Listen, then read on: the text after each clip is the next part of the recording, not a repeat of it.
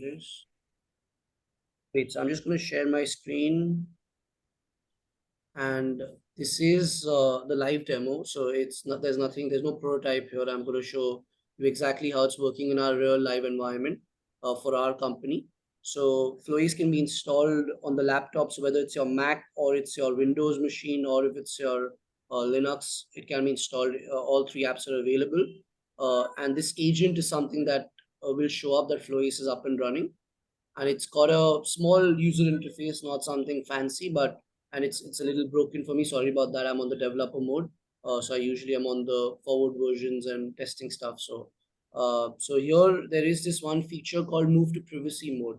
Now this is something that obviously you can choose to give it to your users or you don't. It's up to you, depending on whether they're office laptops or if they do something else on the laptop, probably some kind of private tasks, or let's say they want to take a break, watch a movie, etc. There's something called move to privacy mode where the tracking completely stops.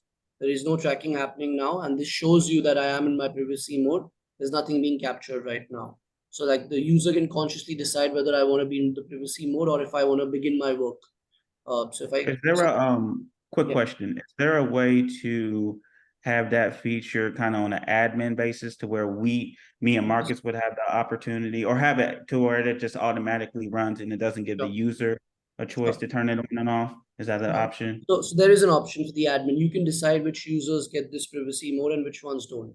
So you can absolutely decide and configure that for different users. So there is user level configuration that's available, and I'll show that to you in the demo as well. Okay. So now that I've come back into my work mode, again, the bubble turns orange in color. So this means my tracking is happening. Two more things that I would like to highlight along with this is that it's very persistent in nature, the solution. So even if someone goes ahead and, let's say, by mistake also ends the process, it'll restart on its own. So you don't need to worry about if the process is deleted or canceled by someone, it will restart on its own. Another thing that I would like to highlight is that it syncs automatically and supports offline working. So even if someone loses internet connectivity, there's no problem, there's no worry. Automatically, let's say whenever he gets internet connectivity, the timesheet data will get synced. So time spent, let's say if you're on a flight, 3 hours you worked on some offline Word document on your laptop, that time will also get synced whenever the user gets internet connectivity. And that shows up on this over here, sync 19 minutes ago. So it syncs in batches of 20 minutes. So you can see this over here. And let's say if my data is urgent, I need that right now, I want to see it, I can make a manual sort of sync as well. So if I click on this now, it'll say syncing to me, and it'll sync real time for me then. But I don't need to do this. It'll happen automatically whenever I get, I have a good speed, and automatically it'll sync.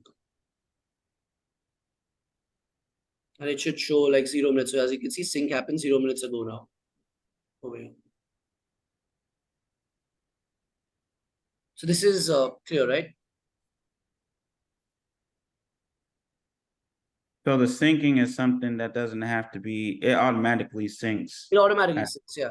It's only when you need it urgently. The reason why it syncs in the batches of 20 minutes is because it's optimizing so that it's not syncing everything in one go. It's syncing things periodically and managing the resources of your laptop as well. Okay. Yeah.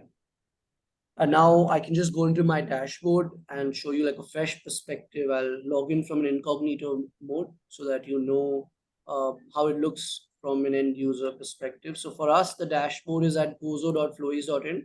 For you, it'll be your company's name. So you'll get your branding over here and it'll be .flowace.in. So it'll come up like this. So now I can just enter my user credentials.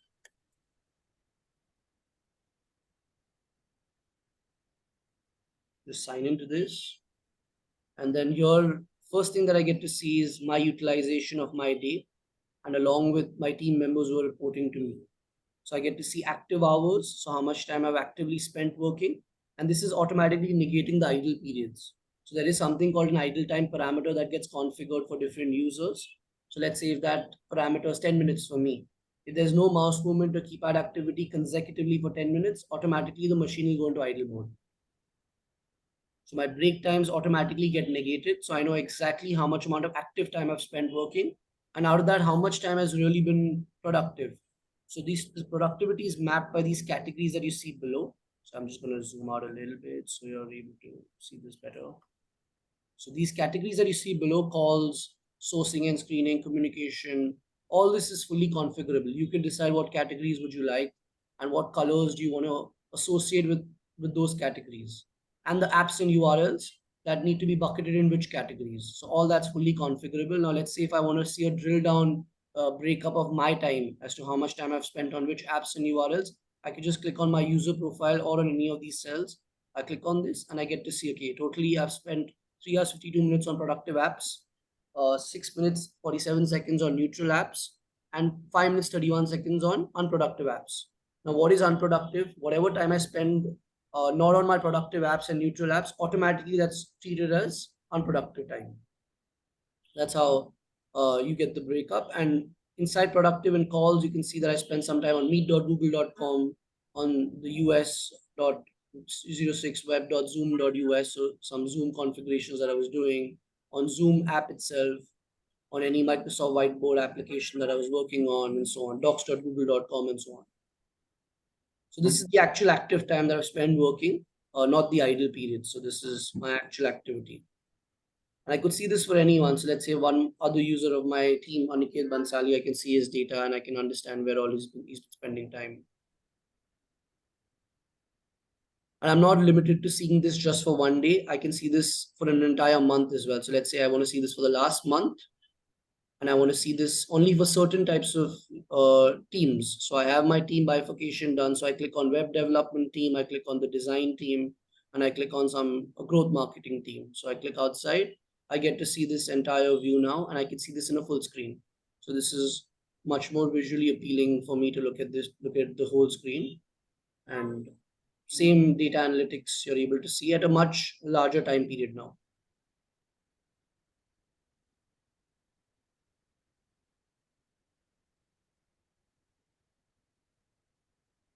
So any queries or any thoughts so far? Would just like to take a moment to understand, if we're in sync. No, I'm actually good. This looks pretty clean. I do like this setup. So what you've shown us thus far looks great. Thank you. Okay, great. That's great. Now moving into some other dashboards that are there. So there's a data visual section where you can see the data in a summary way. So this is something that gives you a summary, and you can do this for an individual or for a team again. So let's say if I want to see this for an entire team, I can click on the design team now over here. I click on this and I change this to the last month. I get to see different stats like activity percentage, which is important because if someone has been spending, sometimes what happens is people are spending time on apps, but they're really not really active. So activity percentage helps you understand how active have they been. Varun, does this track clicks or like mouse activity or anything like that? Does it do that? Yeah, so this is the activity percentage, which basically analyzes how active have you been with your mouse movements or with your keyboard strokes and stuff. So if someone has a low activity percentage but is still clocking in a lot of hours, that means that person's probably not as productive as it seems. Okay. Yeah. And you get to see average start time, average end time in the day, average missing hours. So if there's like a 8 hour, 9 hour threshold that you would like them to have in the day, so how much is the average missing hours and so on. And then you get this work time analysis chart, which helps you understand, let's say in the last month for one user, let me just look at one user now. I'm not going to select a team. Let's say if I select Abhishek as another user, so you get to see for Abhishek how much time and effort has he spent on a daily basis on this chart. So logged hours versus actual hours versus productive hours versus unproductive hours versus neutral hours. Everything on one chart.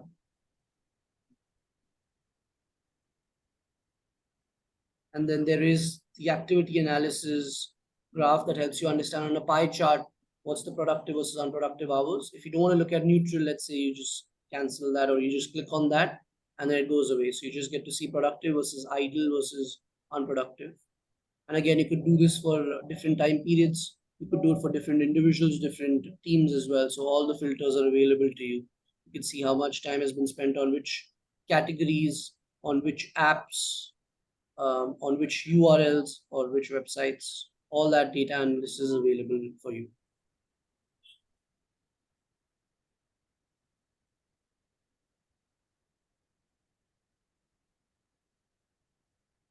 And just coming in, showing you a quick view of even how the data for a month looks. And if you just want to see it in a tabular format, that's available too. So let's say 1st to 30th in the month. So this whole September month, what was the actual working days? So we do have a leave management module as well, or we can integrate with your leaves, that if you're using another system to manage your leaves, we could integrate with that. And then the reason why that's important is because the actual hours that have been spent working divided by the actual working days will give you the average hours per day, which is very important, because if you don't divide it by the actual number of working days, it'll give you a vague value, which may not be true. So then you have average hours, you have average start time. So when does someone really start their day? Who's an early riser? Who's a late worker? So those trends and analysis also you get looking at this tabular view.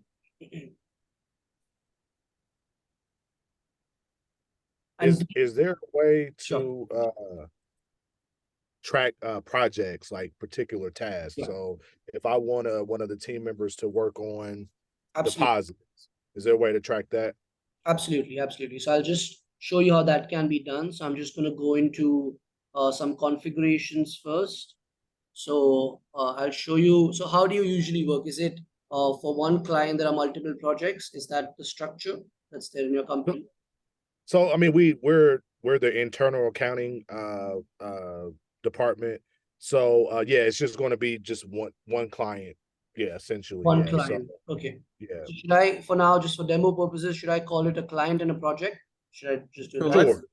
Or I was gonna say you could even use like a ongoing client in a sense would be you could almost call it like our AP.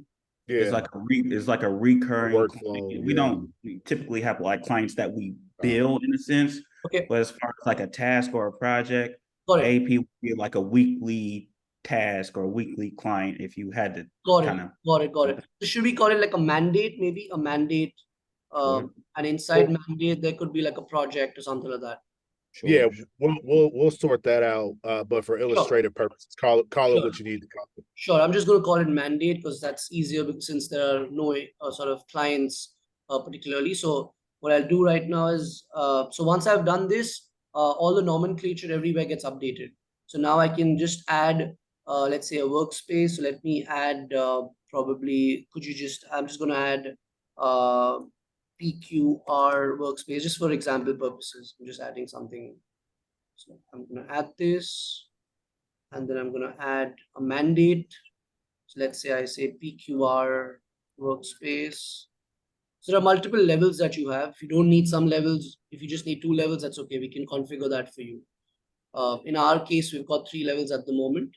So if you could just help me with one mandate, like an example mandate that people work on, like any sort of what is the category that they work on? Oh, you It could could be billing. anything. Yeah, I mean, we just want to know that the functionality there, Sure. Yeah, the granular yeah. details. If Let's we call lock it, on with, we'll let's call sort it it out. accounting for Call now. it what you want to call it. Yeah, Sure. So I'm just calling, want to I'm see just it. calling it accounting right now. So I'm saving that, and I'm Yeah. Yep. call a new project. So let's say I select PQR client workspace, sorry, PQR workspace. Let me call it accounting, and let's say project 1, 2, 3. Yep, that's perfect. Yeah, and I'm just gonna, so there is something called templates, which goes a little deeper, where you want to add some more fields to your task or project that you're adding. So let's say accounting, you could have like, let me just show you probably one of them. Let's say Shkoman Law is one client that we have. So let's a billable rate. So they've got like multiple fields that you can add behind a task. So you can configure this and you can create specific templates for specific tasks. So if you want to add some more fields and add some more data behind that, that can be done. And some subtasks, if they need to be added, they can also be done using a template. So that's the reason why templates are added. But for now, I'm just going to keep it default. So I'm just going to call it default and default. And then you can assign it to different members. So let's say if I want to assign this task to myself, I assign it to myself over here. And I can even select some teams. So if I want to select, let's say the design team, if I select this, you can see 2 members got added now. Got you. Okay. Yeah. Mhm. So you select the team, you can assign it to them. And then you can either make it billable. Again, this came because I selected this default template. So you can even Okay. decide whether it needs to be a billable or a non-billable mandate or whatever. So these are attributes. You don't need to worry too much about this. You can add them, you can remove them. All that is configurable.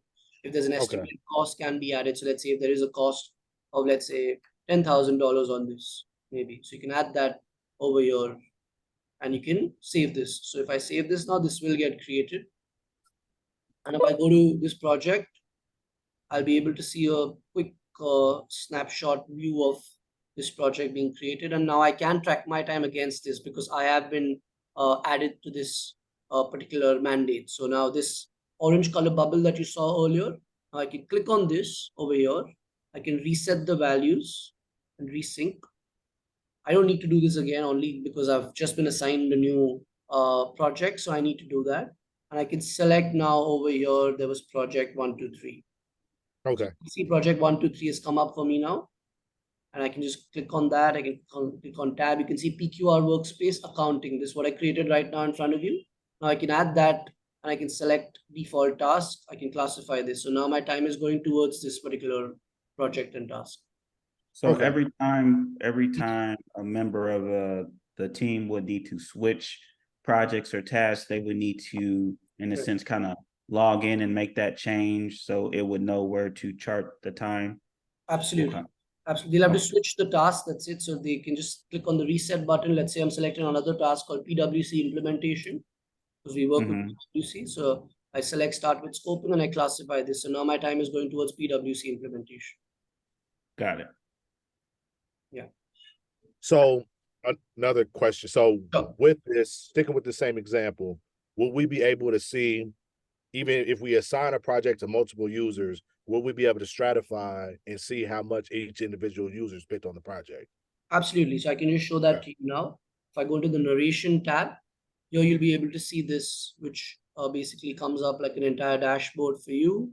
So here, let's say if I want to filter it out by PWC as a client or any mandate, or maybe I can see a users. So I see my own data right now. I click Warren. So my time, how much time I've spent last week on projects, I can see that now. So which projects, how much time I've spent. So all that comes up over here and time. Okay. And then another clarifying question. So this, we would download the software to our individual machines, Yeah. and then it would run in the background. Now, would we have to log into it every time we start our computers, or does it automatically come up? It automatically works. So Okay. you don't need to log in again and again. So just one time login and that's it. So after that, you just got to play around with this bubble. That's it. And automatically, if you want the task as well, if you don't want the task level detail or information, then you don't even need to do that. Then automatically your time on apps and URLs is getting captured by default. Okay. Yeah. And then there's something called cost per hour and price per hour of a resource also, which can be entered. So based on the time that I have spent, so my price of each mandate gets calculated. So how costly has that effort been? So it gets shown like this, and I get to see how costly my efforts have been to the organization. Got you. Righty. Well, will we have another debrief about pricing, or are we covering that in this meeting as well? We can cover that in this meeting. The pricing is quite straightforward. It's online. Pricing as in the pricing of the tool, right? Yeah. Yeah. So it's online. It's available online. So if you just go to flowace.ai/pricing, you'll be able to see what you need, and you can let us know whether it's yearly, monthly, and which pack would be more suitable. For time tracking, I would recommend the time because I don't think it's the field, right? You don't want to understand. So yeah, I would say time tracking is the one that probably is good. Or So desk, everything you actually you need just showed us this morning would be in FlowAce time. Everything you just showed actually, sorry, my bad. That would be desk because there is apps and URLs as well. So The desk Yes, okay. would be a better one. Yeah. Okay. And then if we are interested in subscribing, will there be any onboarding? What will be the next steps? So the next step would be to sign you guys up on a trial so that you guys can test the tool out. So usually that's what we do because we want you to be fully convinced about the software that you're buying, right? So there is a small level of information that I require, so I can send that post this call. And if you could help me out with that, with those details, we can create a trial workspace. And if all goes well and you're happy with going ahead with whatever licenses that you require, we can send the invoice and then we can get started on the subscription. Okay, got you. I don't know. I know we were kind of pressed for time, at least on our end. Marcus, did you have anything else? I didn't have anything else to add. We'll debrief Varun and then we will reach back out to, is it okay to reach back out to you if we have any Absolutely. questions or Absolutely. anything like that? Feel free, feel free to reach out to me.